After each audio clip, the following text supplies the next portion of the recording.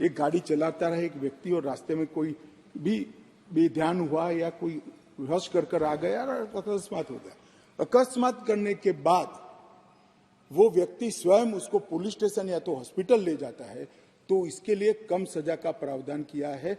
और hit and run case मरता हुआ छोड़कर कोई भाग जाता है तो इसके लिए हमने 10 साल की सजा का प्रावधान किया। और मैं मानता हूं कि इससे हिट एंड रन के केस में काफी कमी आएगी। मैं स्पष्टीकरण करना चाहता हूं कि गैर इरादतन हत्या जो थी, अकस्मात जिसको कहते हैं, इसमें हमने 2 हिस्से किए।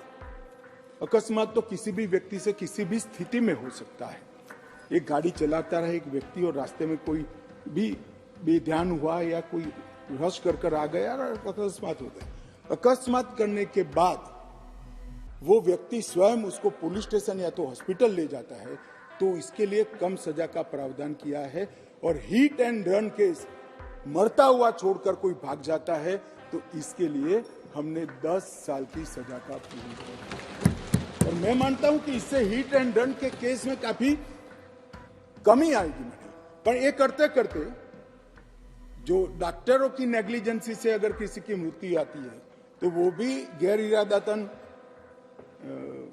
हत्या में आ जाती है, इसकी भी सजा बढ़ गई। तो हमने इसको मैं आज ऑफिशियल अमेंडमेंट लेकर आऊंगा।